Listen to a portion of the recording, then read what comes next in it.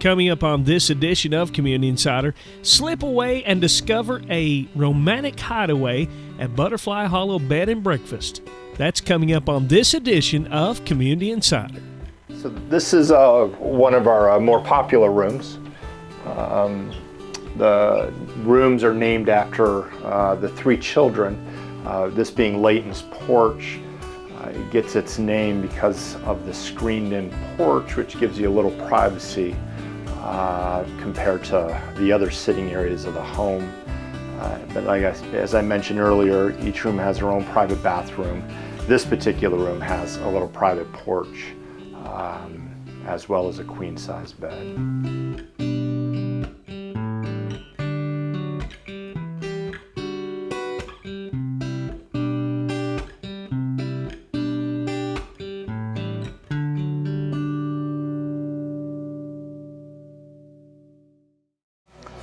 Hello everyone, my name is Cody Prince and I am the president of Heritage Alliance Museum. And I would like to thank everyone that came to our grand reopening tonight.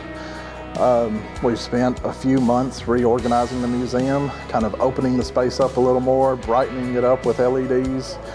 We have and added in new items, that some of which have never been seen before. One of the items that was loaned to us for this grand reopening is this sword that belonged to Colonel John Houston Savage, who was Colonel of the 16th Tennessee here in McMinnville.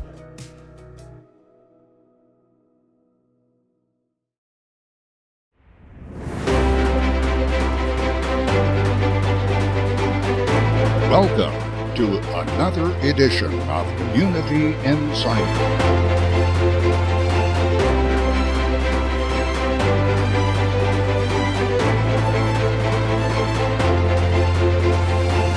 Join us as we travel Middle Tennessee, uncovering history and experiencing the adventure of unique stories and events coming to you inside your community.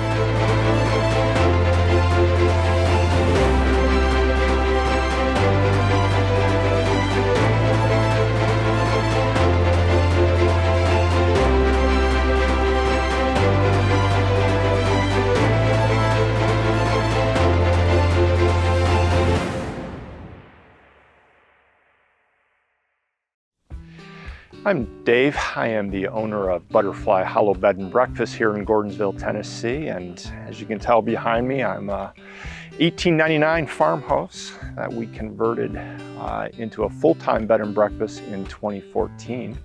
As I said, I'm the owner. I'm also your cook, your gardener, your chief bottle washer, your housekeeper, whatever you want to call me. I am that here as the only employee and owner. And we also have 82 beautiful acres of Mother Nature in which we do either small events or small weddings consisting of 30 guests or less. So if you're thinking about getting married, love to have you here. If you want to spend the night and enjoy some peace and quiet, little intimate location here on 82 acres surrounded by nothing, we'd love to have you as our guest. But I'd love to take you in and show you around. Yeah, so the name Butterfly Hollow came from the previous owners, in which when they purchased the property in 1996, before they restored the home, they discovered in May there is what I call a migration of butterflies that occur. And there are hundreds, I won't exaggerate and say thousands, but there are probably hundreds, they're hard to count, that appear every year, typically the last week of May, depending on how I've learned and depending on how cold the winters are. They may come a little bit earlier, a little bit later, but pretty much the last week of May, first week of June is when they're at their peak. And then we typically get a second migration in July, mid-July. And they're mainly in this area, flying around. Like I said, there's hundreds between the garden and the butterfly bushes and things that we have here to keep them. But mainly tawny emperor butterflies and hackberry butterflies are the two. Not many monarchs, but we do have some tiger and some swallowtail that join them. But like I said, usually the first week of June we are inundated with butterflies, but more so also in July. So our front porch is probably the area that people enjoy the most, just to relax. We have seating on both sides. So probably the number one question I get asked is, Dave, if I spend the night, what is there to do? And my response is, shut your phone off. Don't go on the internet. Kick back and relax. Sit in one of the rocking chairs or listen to Mother Nature and all that she provides. All right, so this is our main gathering area of the home. As I'd mentioned earlier, we're in an 1899 farm home that was restored between 1997 and 2000, prior to my wife and I purchasing it in 2014. But as you can tell, there's 2 bedrooms upstairs. Our most popular room is down here on the first floor. Each room has 1 queen bed and can sleep 2 adults. And everyone has their own bathroom, so there's no shared bathroom. Although it's 1899, we do have plumbing. As you can tell, we have electricity, and also we have high-speed internet access. So you don't have to necessarily disconnect or feel like you're out in the woods all by yourself. But we do provide the comforts of everyday modern life, but also trying to keep the history of the home. And when it was restored back in 1997. So briefly, in 1899, when the home was built, the original homeowners was the Crawford family, and they lived in the house until 1968. And then from 1968 to 1996, as I've been told the story, the home and the property was abandoned. There was a couple who purchased it in 1996 and restored the home to what you see today. And the picture over the fireplace is what the home kind of resembled in 1997. And then my wife and I purchased it in 2014 and turned it into what you see today as a full-time bed and breakfast and wedding venue. Over here behind me is the kitchen. Each morning as bed and breakfast guests, you are able to enjoy a hot home-cooked breakfast cooked by yours truly. Each morning the menu varies just depending, but you can pretty much count on either pancakes, waffles, omelets, and of course bacon, because everyone has to have bacon for breakfast. But we usually do it here in the colder months, but outside we watch the sunrise and do breakfast at 8:30 outside and enjoy a cup of coffee and cooking by yours truly before everyone then goes out to explore Middle Tennessee or drive into Nashville and do their tourist thing down there. So this is one of our more popular rooms. The rooms are named after the 3 children. This being Layton's porch. It gets its name because of the screened-in porch, which gives you a little privacy compared to the other sitting areas of the home. But as I mentioned earlier, each room has their own private bathroom. This particular room has a little private porch, as well as a queen-size bed. This room here is called Christopher's Treehouse, which gives you a kind of a treehouse feel when you're up here looking down into the common area. This room has just a stand-up shower and their own bathroom. But it gives you a great overlook of the holler when you're looking out the window, or the sun rising to wake you up in the morning before breakfast. Yeah, so upstairs we have 2 rooms, which they're Christopher's Treehouse, and then Alexandria's Attic is the room behind me.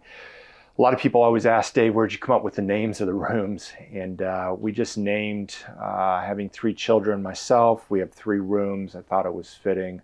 But the room behind me was actually the original room, from what I'm told, that the family had a daughter, and that was her room.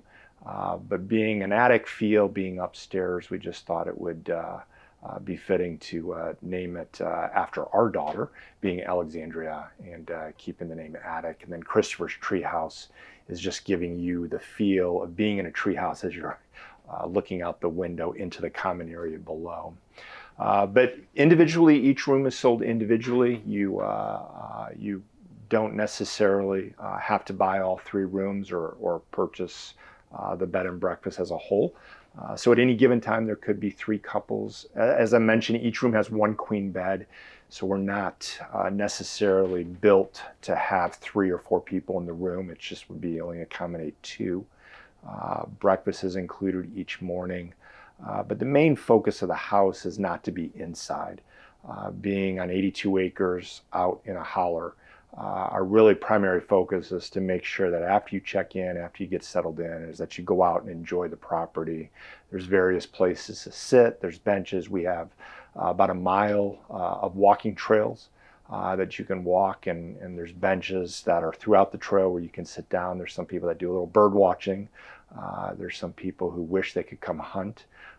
But being a full-time bed and breakfast, we discourage people from coming and hunting on the property, unfortunately.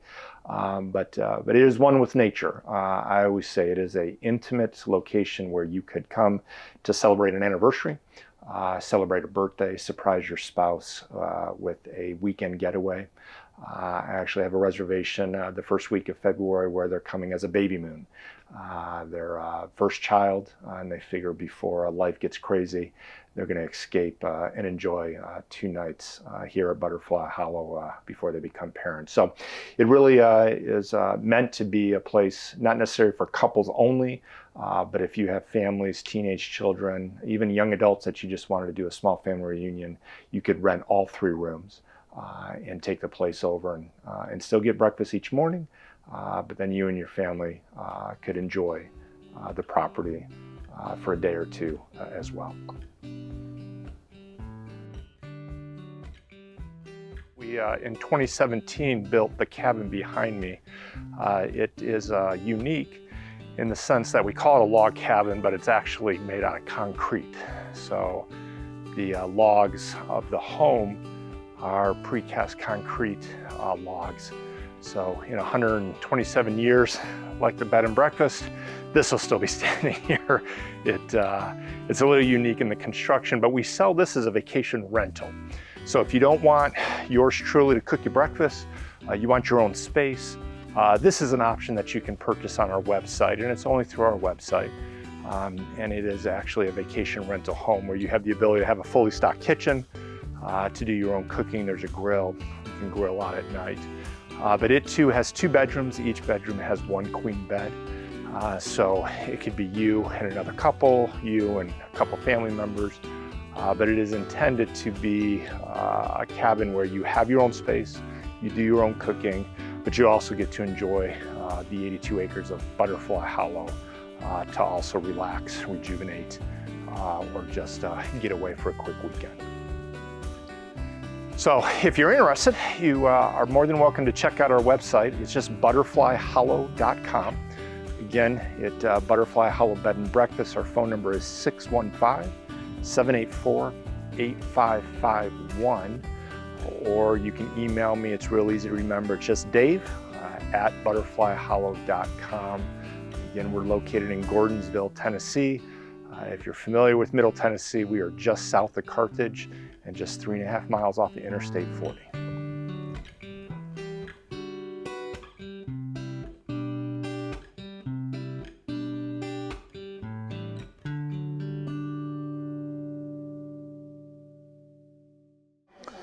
Hello everyone, my name is Cody Prince and I'm the president of Heritage Alliance Museum.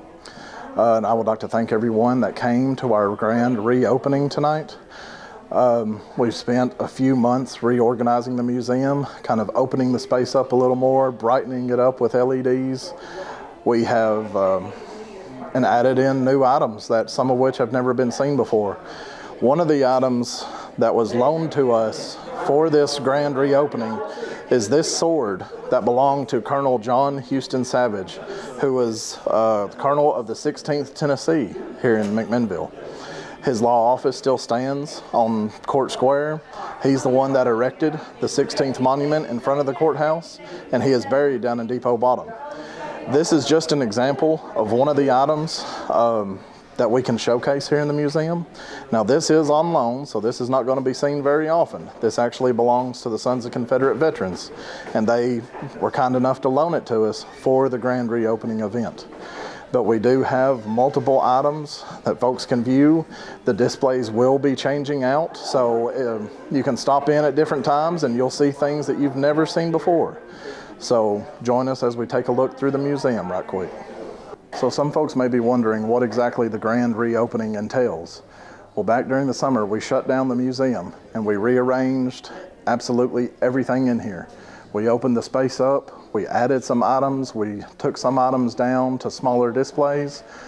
We wanted to bring a new feel to the museum for whenever folks come in and join us, whether they're traveling from out of town or folks from right here in McMinnville, so they can see things that they might have never seen before. One of my favorite things that we have done is create this display of the schools of Warren County. And this is actually one display where we have multiple items. The items are going to be rotating out. So if you stop in 6 months later, you're probably going to see some different stuff on display here. The volunteers that we had to make this happen is mostly just our board of directors, which has been 4 people working to make this grand reopening happen. We have recruited a couple of more volunteers since then, and we hope to recruit a lot more. We're always looking for new members. We're always looking for new volunteers. If stuff like this catches your fancy, you like the history behind it, stop by and see us, and we'll be more than happy to have you assist us. Hey, I'm JC, your Miss Tree City Iris teen. Hi, I'm Kaylee Scribble, and I am your Miss Tree City volunteer team. I love being Miss Tree City Iris teen and getting out in the community. I love helping out in my community and helping out in so many different ways. My name is Sammy Mercury. I have been a member of the Heritage Alliance for about a month. I actually joined before the Ghost Walk for the Halloween event this year. Tonight I'm dressed as Lucy Virginia French, who was an author who was prolific in McMinnville during the Civil War. I did have a whole thing memorized for her, but it's been a little while and I've forgotten it. But I am really into the history of the area. I'm actually a history major. I have an associate's from Motlow, which is not the most impressive in the world, but I'm very proud of myself and what I've accomplished so far. And this is actually my first event with the museum.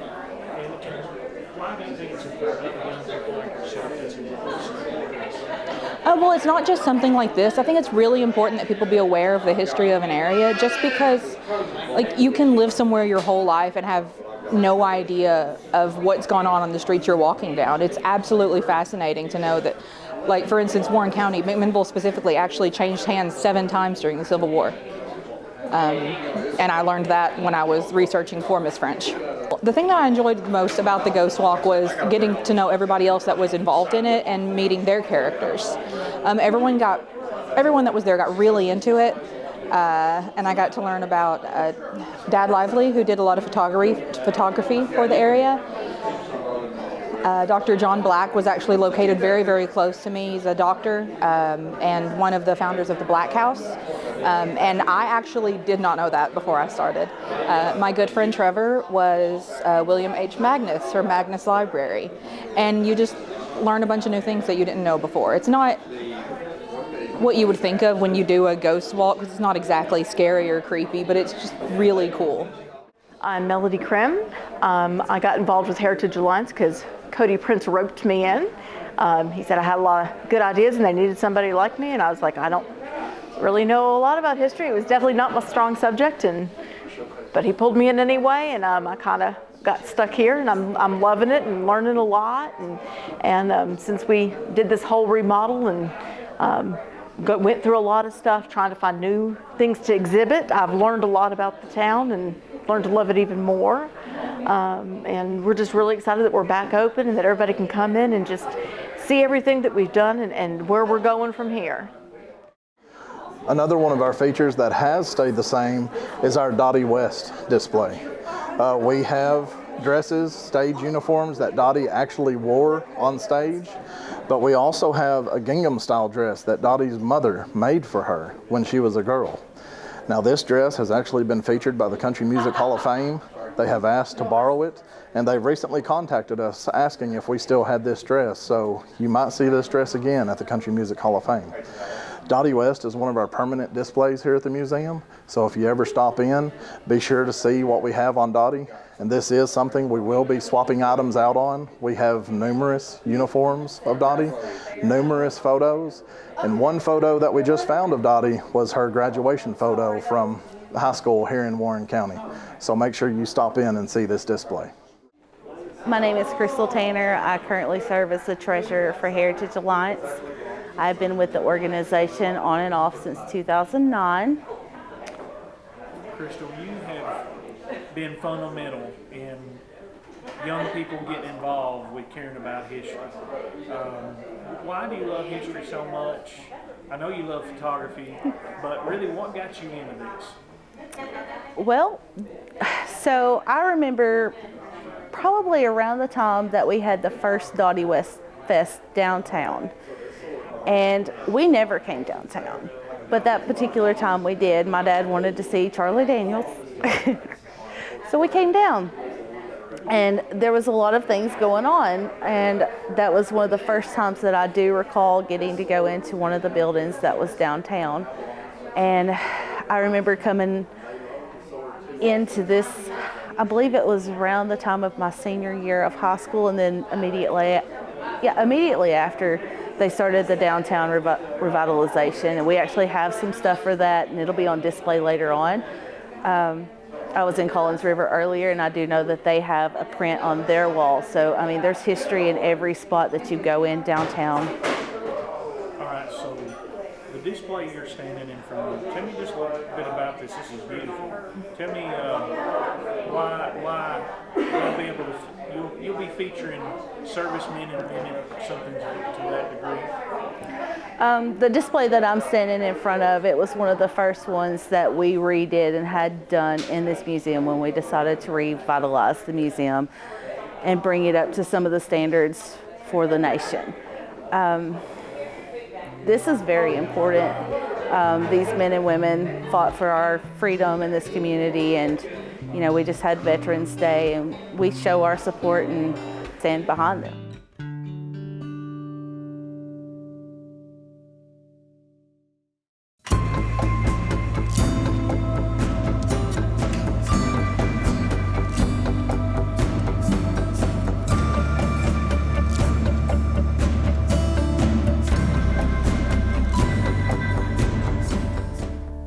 Hello, I'm Jonathan Womack. Welcome to this edition of Community Spotlight. Today we're going to be talking about history. Of course, usually when we have Mr. Larry Boyd on here, we're always talking about history. And Larry, thank you for being on the show again today. Thank you for your invitation. We are talking mostly today about the Methodist history that you've done. They're celebrating this year, I believe, 230 years of history here in America. And so I guess for those that don't know, back in 1984, is it when this was published? Larry wrote this book on the legacy of the circuit riders of the Methodist Church of Warren County, Tennessee. And you just went through a collage of different churches that was Methodist in Warren County? Yes, when I realized it was going to be the bicentennial, the 200th anniversary of the Methodist Church, and that the Methodist groups all over the country were encouraging their individual churches to do histories, I thought this would be a great time to make a collection of all the present and past churches of the Methodist tribe here in Warren County. And when did you start working on this? And so a year or two before, I think. And I know that my mom was a Methodist, a member of First United Methodist Church since 1941 till she passed away 8 years ago. And she and Lila Rose Denton, who was a really talented, intelligent person who was a teacher and also their Sunday school teacher, were appointed by the church to put together their history. And I think their history, from what I have heard and seen, was one of the best in the conference. But they didn't get the award because they didn't get it finished in time. Yeah. So that wasn't their fault. Some intriguing things you can draw out. Just I know we're going to talk about several, but what's some of the intriguing things that you found out about their history with the First United? The First United Methodist Church. Well, I guess the most interesting thing is about the steps. Used to be wooden steps. And I won't call any names here because I might get it wrong. But I think one of the prominent Faulkners had a daughter who was going to be married. And he didn't want his daughter coming down those steps, and they evidently were not in the best condition, being wood and several years old. So he replaced the steps and had them made out of concrete or whatever. Oh, okay. Yeah, and that was like over 100 years ago, I'm sure. So that's an interesting story, and I'm sure there's others that'll come to mind, but I wasn't expecting that question, so I'm not ready. Oh, yeah. But I actually didn't write all of this book. Okay, I compiled explain. it. Okay. I had the idea for it, and I paid for it to be printed, and what I did was to get together with a group of people here all over Warren County who were interested in it, and I said, I need your help. I need church histories. I want each one of you to get up a history of your congregation. And I had a lot of friends scattered around the county, and they cooperated. And I got a lot of old pictures. I went around making pictures of them. And some of these buildings are no longer there. Yeah. They were burnt down later on, or torn down and replaced, or sold, and new congregations went up there. And most of these people who helped me are gone. Ain't that something? This was 30 years ago, a lot of changes then. If we hadn't saved that, it would not be possible to do it today. Let me take that opportunity to just talk to the viewers. We have so much history in our counties. We have several counties that's watching. Warren County and others that has so much history to be retained. And if we don't retain that history, then it's going to be lost. And so, encouragement to any of the folks that's watching, and this goes for any age that's still living, then you have the opportunity to share and retain history. And so that isn't just so that we can just study history, it's so that we can learn from our past. Right. And is that what intrigues you about history? Yes. Well, I just have a passion for saving history because I know it's going to be lost. I had the privilege of knowing all four of my grandparents. And one by one, they passed away. One at 16, one when I was about 18, and one when I was 21. And I had one left. And she was the one who liked to share history, so I started writing down all of the family information. And then I went out to interview other family members, and there were a lot of people in the family who had good memories at age 90 or more. This is my Davis family from White County. So I put together a family history based on that. And then it whetted my appetite to do more, so I've done some church histories like this. And with the help of the late Mr. C.N. Womack, we started the Warren County Historical Journal Project.